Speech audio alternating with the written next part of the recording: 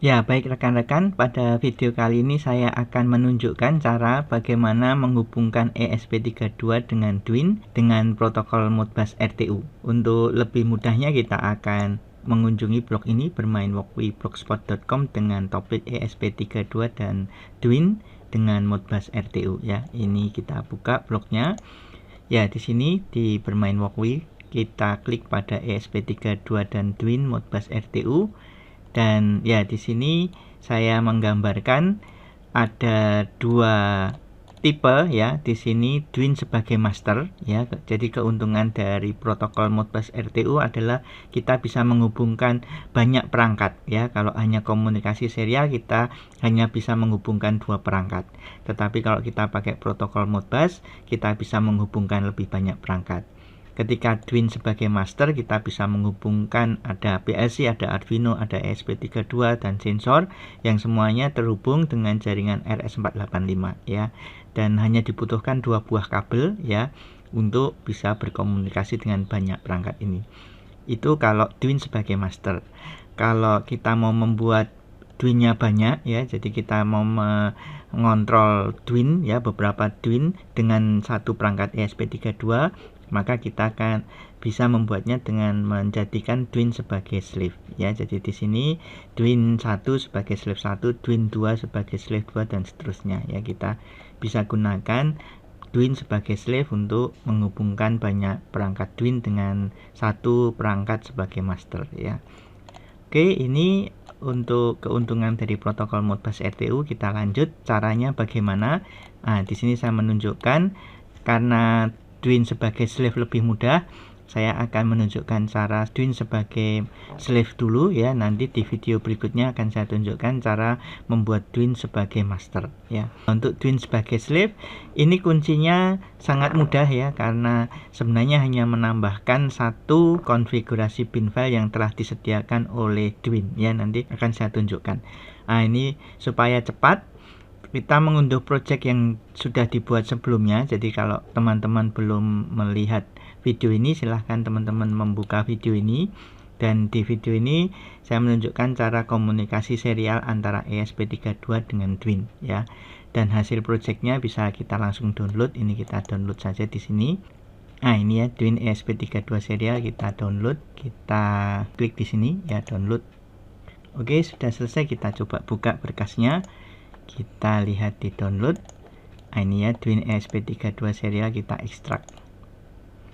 Oke, nah isinya seperti ini teman-teman.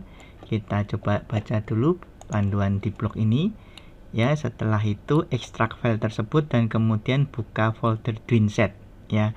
Di folder Dwinset silahkan menghapus T5LCFG ya, ini untuk pengaturan posisi dan baud rate ya. Kita tidak perlu menggunakan ini karena nanti kita akan menggantikan dengan file bin yang dibuat untuk konfigurasi Modbus RTU ya. Kita coba buka di download tadi ya, folder download, kemudian kita klik Dwinset-nya. Nah, ini TFLCFG-nya ini kita hapus dulu, kita delete ya, seperti itu. Nah, kemudian kita sudah hapus, kita lanjut ke langkah keempat, download file Modbus Slave OS ya. Jadi ini adalah file yang sudah disediakan untuk bisa berkomunikasi secara Modbus. Kita hanya tinggal menempelkan, maka Dwin kita sudah bisa menjadi Modbus Slave ya, seperti itu. Nah, kita download linknya ada di sini teman-teman, saya klik. Nah, kita pilih yang edit Modbus Slave OS ini ya, ini kita klik edit Modbus Slave, kita download. Nah, ini sudah ya, kita buka, kita ekstrak. Ini ada di download juga, ini kita klik kanan, kita ekstrak here ya, kita ekstrak here.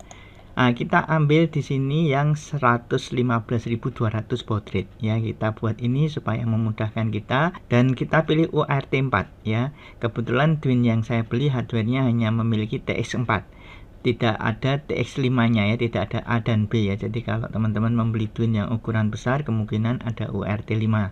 Sedangkan Dwin yang saya beli itu seperti ini ya. Ini Dwin-nya kecil, ukuran 320x240, itu hanya memiliki RX4 ya, tidak memiliki A dan B yang merupakan UART5 ya. Ini hanya sampai UART4 saja, sehingga kita pakai yang ini ya, 115 UART 4 Modbus Slave. Kita klik dua kali, kita ambil yang bin ya, versi bin ini kita copy, kita taruh di folder yang ada di Dwinset ya, kita taruh di sini menggantikan T5LCFG tadi ya, kita paste di sini. Sudah selesai. Ini Dwin sudah bisa menjadi Modbus Slave ya, jadi kita sudah selesai untuk pembuatan Modbus Slave-nya ya, sangat mudah ya. Kita nanti lakukan pengujian seperti apa ya, kita lihat di blog ini. Ini sudah kita download. Ini kita ambil yang Modbus bin 115.200 UART4. Ini untuk yang tipe UART4 ini yang saya miliki seperti ini. Sedangkan kalau teman-teman beli yang ukuran lebih besar, ada kaki AB di sini ya. Biasanya untuk ukuran 7 inci biasanya ada AB seperti ini. Ini untuk UART5 ya. Ini sudah bisa kita sambungkan secara RS485 karena di board ini sudah ada IC 485-nya ya. Kalau yang ini, kalau menghubungkan perangkat-perangkat yang lain, kita harus menambahkan ini ya. Kita tambahkan modul breakout RS485 ini ya, supaya bisa terhubung dengan banyak perangkat ya. Jadi hardware-nya masih membutuhkan ini untuk UART4 ya, karena UART4 ini masih koneksi RS232 ya, jadi belum RS485. Sedangkan yang AB ini sudah RS485 ya. Oke, seperti itu. Kita sudah menambahkan Dwin-nya ya, yang Modbus bin ya, Modbus Slave-nya ya, kita sudah tambahkan.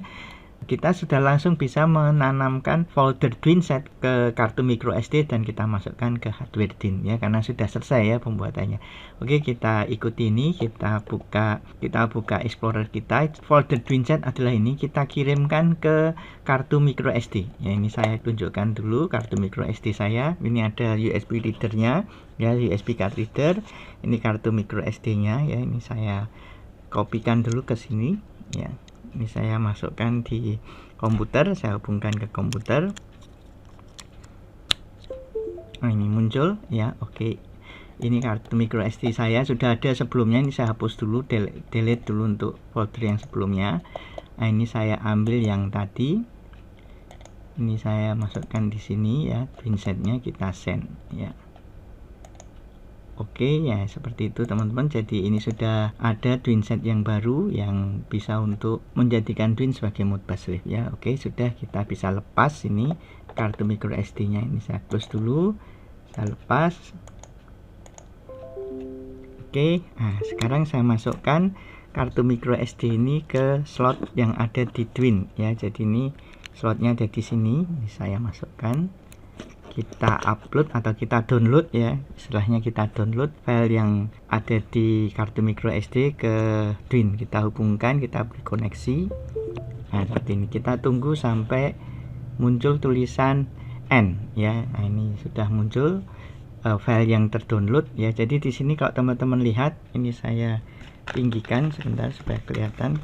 Ya, jadi kalau teman-teman lihat di situ ada file code itu 001, artinya satu file kode sudah terdownload. Kemudian binnya ada 3 file, kemudian yang 0 berarti tidak ada yang didownload. HZK itu 1 file, ICL 2 file ya. Udah selesai N ya. Seterusnya kita harus lepaskan, kita keluarkan dulu kartu memorinya, kita lepas.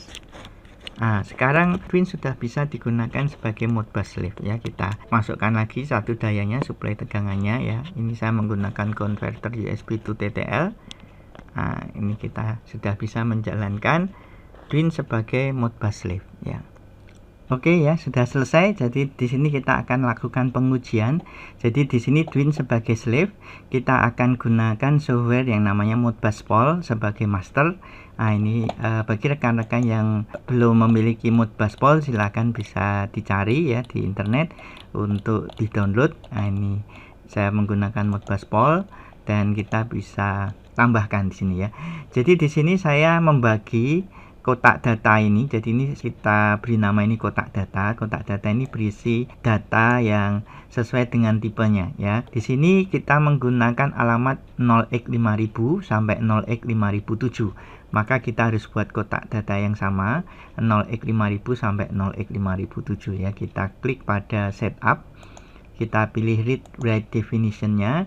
Di sini saya menempatkan semuanya di holding register ya. Secara default Dwin menempatkan data-datanya ini di holding register, sehingga kita harus menggunakan holding register. Kita gunakan mode hack, addressnya adalah 5000 ya, 5000, kuantitinya 8. Kita pilih fit to quantity supaya rak datanya ini tidak terlalu banyak ya, kita fokus ke kuantitinya 8 ya, sesuai dengan suite ini 8. Kita head name kolom ya, kolomnya di head, kita klik OK. Nah, seperti ini ya. Jadi ini sudah mewakili kotak data untuk slave Dwin ini ya. Jadi sesuai dengan alamat suite di Dwin ini ya. Kita lanjut ke halaman kedua ya. Di halaman kedua ini kita pilih file new, kemudian kita pilih setup, kita read write definition, kita pakai holding register dengan alamat mulai dari 5008 ya. Dengan quantity sebanyak 8, kita fit to quantity head name column ya, supaya lebih ringkas ya jendelanya. Kita klik OK. Nah, ini sudah, ini untuk kotak data kedua ya, kita gunakan untuk bisa terhubung dengan halaman kedua ini ya. Kita lanjut ke halaman ketiga, kita buat lagi file new ya, kemudian kita pilih setup, kita gunakan holding register, kemudian alamatnya di sini 5010 ya, 5010. Kemudian kuantitinya ada 4 ya, jadi ada 5010 sampai 5013. Kita fit to quantity, kita head name kolomnya ya, kita sudah bisa menyiapkan. Berikutnya kita masuk ke halaman keempat.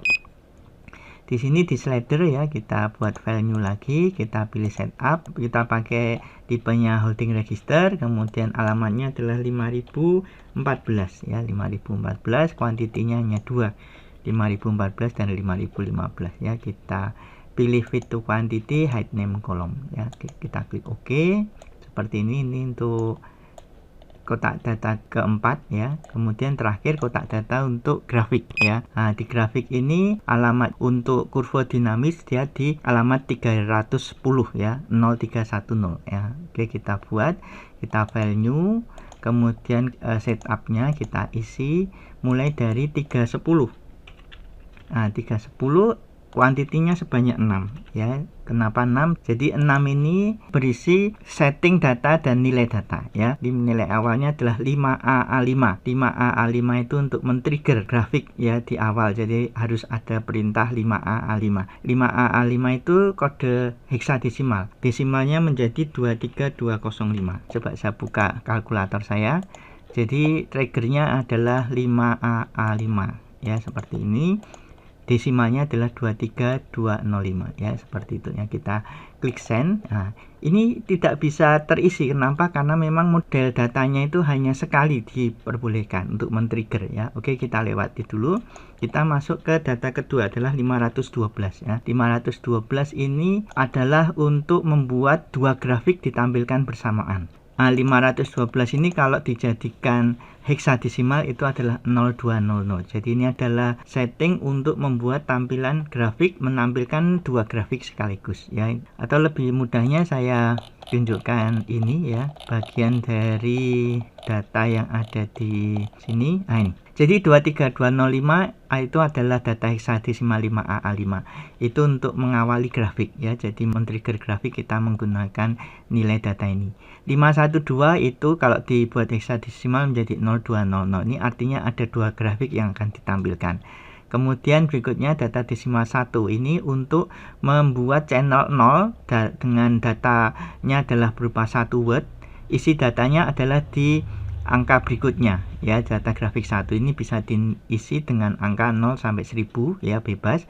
Kemudian berikutnya adalah 257. 257 ini untuk setting channel 1 dengan data 1 word, datanya adalah angka berikutnya ya, data 0 sampai 1000 ini untuk data grafik 2 ya. Jadi ini isi dari 6 buah data yang ada di Modbus Poll ya, kita isikan. Nah, ini coba kita lanjutkan. Jadi ini 512, ini 1 ya, kita send. Kemudian yang ini adalah kita buat grafik pertama adalah angkanya 450 ya, kita kirim. Kemudian untuk yang 314 ini kita buat setting untuk channel 1 dengan data 1 word ya, kita send. Nah, data yang kedua, data grafik kedua kita isi dengan 750. Kita kirim. Nah, seperti itu. Ini belum muncul ya. Kenapa? Karena belum ada triggernya. Kita harus trigger. Ini saya matikan dulu. Saya trigger sekarang 23205, saya trigger, maka akan muncul data grafik di sini ya. Oke, kita buat lagi di sini 500. Ini saya send lagi, ini saya buat 800. Ya, kita kasih 23205 lagi. Ah, sekarang muncul datanya. Tadi ada titiknya tapi nggak kelihatan ya. Kemudian saya buat lagi ini 550 misalnya ya. Kemudian ini saya buat 850 ya. Nah, ini saya send lagi 23205. Ah, muncul lagi ya. Ini saya buat lagi sekarang misalnya 400 ya.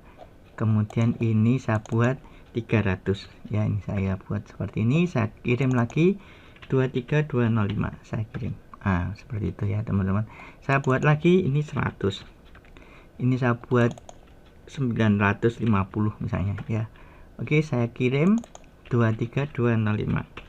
Maka akan muncul datanya ya, tampilan grafiknya seperti ini ya. Jadi kita bisa lakukan pengiriman data grafik dengan memberikan format data yang sudah ditentukan, yaitu pertama adalah nilai awalan ya, trigger untuk awalan, kemudian setting dua grafik ditampilkan bersamaan, kemudian ini adalah mengatur channel yang akan muncul, datanya berapa dan channelnya apa itu di data ketiga ini. Kemudian data keempat ini untuk nilai isinya ya, isi grafiknya apa. Data kelima ini untuk setting channel kedua ya, channel kedua dengan datanya berapa, ini datanya 1 word. Kemudian ini isi data grafik kedua ya, seperti itu. Oke, ini data grafik sudah bisa muncul. Coba kita lakukan pengujian untuk kotak data yang lain ya. Sebenarnya ini saya pindahkan. Nah, oke, kita akan coba halaman pertama dulu ya. Nah, ini teman-teman bisa lihat kalau saya geser switch-nya ya. Nah, seperti itu, maka langsung muncul 1 ya kalau digeser ya hijaunya. Kemudian saya hidupkan semua saja. Maka semuanya 1 ya. Saya matikan semua. Oke, maka semuanya 0 ya. Bisa seperti ini ya, dengan cepat ya. Responnya cukup cepat ya. Nah, ini sekarang kita masuk ke halaman kedua. Sama, ini kita send 1, maka harusnya akan menyala. Saya send 1, maka akan menyala. Saya send 1, maka akan menyala. Saya send 1, maka akan menyala. Ya, seperti itu ya. Saya matikan juga bisa. Ini saya matikan. Ini saya nyalakan yang kedua ya. Ini saya matikan. Ini saya nyalakan. Dan seterusnya ya. Ini bisa saya matikan lagi ya. Kemudian ini saya nyalakan ya. Oke, ini terakhir saya nyalakan semua saja ya, supaya cepat. Nah, ya. Ya, seperti ini teman-teman. Jadi ini nyala semua ya. Oke, berikutnya kita lanjut ke halaman ketiga. Kita bisa lakukan pengisian nilai dari sini ya. Jadi kita buat datanya adalah maksimum adalah 4095 ya, karena untuk potensio kita buat ADC-nya 12 bit ya, ini 4095. Begitu pula yang 5011 kita bisa buat angkanya 1234. Sedangkan untuk gauge dan progress bar ini maksimum 100 ya. Kalau yang di sini maksimum 4095. Kalau gauge dan progress bar ini kita buatnya 0 sampai 100 ya. Ini saya buat saja 85. Nah, ini 85 seperti ini. Ini saya buat yang ini adalah 100 ya. Nah, ini maksimum ya 100. Oke, 100 maksimum. Oke, halaman ketiga sudah. Kemudian halaman keempat adalah slider. Di sini 5014 dan 5015 kita bisa geser. Nah, seperti itu. Sama ya, muncul 111, 119. Kita geser lagi. Nah, ini 180. Saya tes keypadnya 52 misalnya, saya klik. Nah, ini 52. Begitu pula yang di sini saya tes keypadnya 95. Oke, 95 ya. Sudah jalan ya. Nah, ini tadi di grafik juga sudah, kita bisa ganti 650 misalnya ya. Kemudian di sini 740 misalnya ya. Oke, kita send dengan menggunakan angka 23205 ya. Kita send. Ah, maka jalan ya, seperti itu. Oke, untuk pengujian dengan Modbus Poll sudah bisa. dan kita bisa tutup dulu karena kita akan menggunakan walkway setelah ini, jadi koneksinya harus di close, kalau tidak nanti walkway-nya tidak mau jalan ya. Kita sudah putus, kita bisa buka, atau ini di close dulu ya. Oke.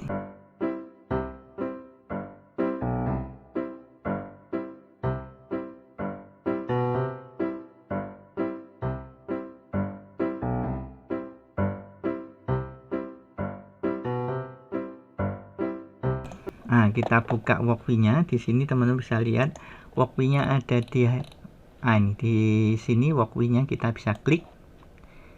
Nah, ini ya. Kebetulan saya menggunakan Mozilla. Mozilla ini tidak bisa menampilkan kotak dialog Podcom ya. Teman-teman ganti dulu browsernya supaya bisa memunculkan kotak dialog Podcom-nya. Ya disarankan menggunakan Microsoft Edge atau menggunakan Chrome ya, bisa ya seperti ini. Kalau ini saya menggunakan Microsoft Edge ya, ini bisa menampilkan kotak dialog pilihan COM ya. Nah, kotak dialog Podcom yang digunakan sesuai dengan konverter USB to TTL yang saya gunakan ya. Di sini saya menggunakan konverter USB to TTL di COM 11 portnya. Nah, maka saya jalankan di sini, saya pilih COM 11. Nah, ini saya klik connect, ini saya tampilkan secara berdampingan. Ini ya, ini tampilannya seperti ini. Ini saya pindah dulu ke halaman pertama. Nah, seperti ini ya. Nah, oke. Kita lihat di sini switch ya, switch di Dwin harus menyalakan bar grab di LED ini ya. Bar grab LED di walkway ini saya coba jalankan. Nah, menyala ya, 4-4-nya menyala. Ini saya buat 8-nya menyala semua. Kemudian saya matikan semua. Oke, responnya cukup cepat ya. Kemudian saya pindah ke halaman kedua. Saya yang nyalakan dari sini switch-nya ya, LED-nya nyala ya. Saya nyalakan semua. Oke, nyala semua, saya matikan semua. Oke ya, mati semua ya. Oke ya. Berikutnya kita lihat di halaman ketiga. Ini pakai potensio, kita bisa atur. Saya buat separuh ya. Nah, ini ya berubah. Saya buat maksimum yaitu 4095. Ini juga maksimum 4095 semua ya. Nah, ini saya atur lagi. Oke ya, bisa ya, mudah ya. Oke, dan bisa ya kita buat 0 lagi supaya kembali ke awal. 0 ya. Oke, kita pindah ke halaman keempat. Ini adalah slider untuk menggerakkan servo. Ini saya buat 144 175. Nah, ini bergerak seperti ini teman-teman, dan kita bisa buat 180. Nah, seperti itu ya, kita bisa atur. Oke, untuk slidernya kita bisa atur. Nah, misalnya 121 142 ya. Kemudian kita bisa atur ke 180 pakai keypad. Nah, kita juga atur di sini 180, kita bisa pakai keypad. Nah, seperti itu. Nah, kita bisa atur lagi kembali ke 0. Ini juga kembali ke 90 dulu. Nah, seperti itu ya. Kita bisa kembalikan ke 0. Nah, seperti itu ya. Untuk slider sudah. Terakhir adalah halaman ke-5 adalah grafik. Ya, ini kita bisa atur ke grafiknya menggunakan potensio. Nah, ini ya teman-teman bisa lihat responnya ya. Untuk grafik ya ditampilkan di Dwin ya, kita bisa lihat seperti ini ya. Mungkin responnya kurang cepat, tetapi ini sudah menunjukkan data sudah bisa ditampilkan ya untuk grafiknya. Oke, sampai di sini untuk pembuatan koneksi ESP32 dengan Dwin menggunakan protokol Modbus, di mana Dwin sebagai slave ya. Kalau dilihat dari gambar di blok ini ya, jadi kita ingin agar Dwin-nya bisa banyak ya. Jadi kalau teman-teman melihat ini, Dwin sebagai slave itu Dwin-nya bisa slave 1, slave 2, slave 3 ya, supaya bisa semuanya terhubung harus memiliki ID yang unik. Jadi di sini default dari Dwin itu setiap dijadikan Modbus Slave, Dwin-nya memiliki ID 1. Nah, bagaimana kalau ID-nya harus dibuat menjadi 2, ID-nya dibuat menjadi 3 ya, agar tidak tabrakan ya. Jadi kita bisa mengganti ya ID Dwin ini dengan menggunakan OS Build ya, seperti di langkah ini saya tunjukkan. Jadi untuk membuat Dwin sebagai slave dengan ID yang berbeda dari 1, kita harus mendownload ini OS Build ini ya. Kita coba klik OS Build-nya, bisa diklik di sini, kemudian kita download OS Build ya, ini ya OS Build-nya kita download. Nah ini sudah ya. Setelah itu kita ekstrak, di download ini ya. Nah ini ada OS Build. Nah ini ya, kita klik kanan, kita ekstrak here. Oke ya, OS Build-nya ini kita jalankan, OS Build exe. Kita ambil file ASM-nya ya. Jadi di sini ada file ASM. Kita tadi sudah download di sini di Modbus Slave-nya ya, Modbus Slave OS. Kita pilih yang 115.200 UART4. Kita pilih yang ASM ini, kita buka. Di sini di baris yang ke-27 ya, baris 27 ini ada 01. 01 ini ID Slave 1. Kalau teman-teman ingin membuat menjadi ID Slave 2, maka silahkan ini diganti menjadi 2 ya, seperti itu. Nah ini sudah. Jadi ini sekarang Dwin-nya kalau kita nanti sudah build, kemudian kita upload filenya ini ke hardware Dwin, maka Dwin menjadi slave dengan ID 2 ya. Oke, ini kita tunjukkan, ini saya build ya, ini saya build. Nah sudah. Kemudian kita ambil, hasilnya adalah bin ya, hasilnya bin, dimana bin yang ada di file sebelahnya. Jadi ini kita buka. Nah ini tadi yang kita ambil adalah ASM ini, dan di sini ketika kita tekan build, bin ini, file bin ini sudah diupdate ya, sesuai dengan jamnya. Sekarang jam 11.34, maka inilah file bin yang terbaru. Kita copy ya, kita masukkan lagi ke Dwin ESP32 serial ini, kita masukkan ke Dwin set. Nah ini yang lama, file bin yang lama ini kita hilangkan dulu. Ini jamnya 3.43 ya, ini kita delete, kita tempelkan yang baru ya, ini yang 11.34 ya. Jadi sekarang file bin-nya sudah baru ya, file kodenya ini sudah baru dengan ID slave-nya adalah 2 ya. Jadi nanti kalau kita lakukan komunikasi, kita harus menuliskan angka 2 untuk ID slave-nya ya. Oke, ini saya tunjukkan, ini saya masukkan ke flash disk lagi SD card-nya ya. Ini saya lepas dulu, saya tunjukkan ya. Oke, ini kita masukkan.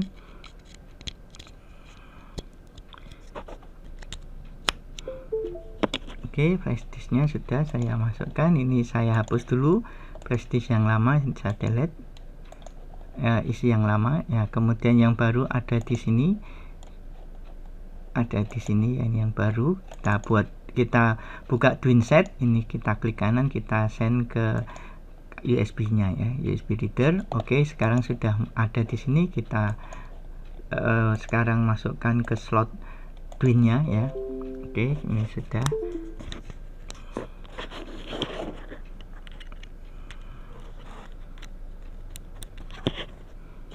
Oke, ini saya hubungkan, kita bisa lihat di sini.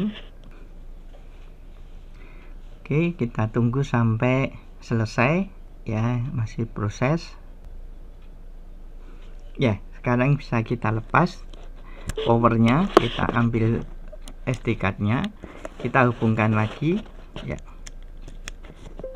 Nah sekarang Dwin-nya sudah memiliki ID slave 2 ya. Jadi kita coba lihat hasilnya. Oke, kita coba buka ESP-nya lagi, kita buka walkWI-nya. Nah, di sini untuk penggantian ID slave ya, masternya adalah di sini. Nah, ini kita bisa buka di sini. Ini ID-nya masih 1.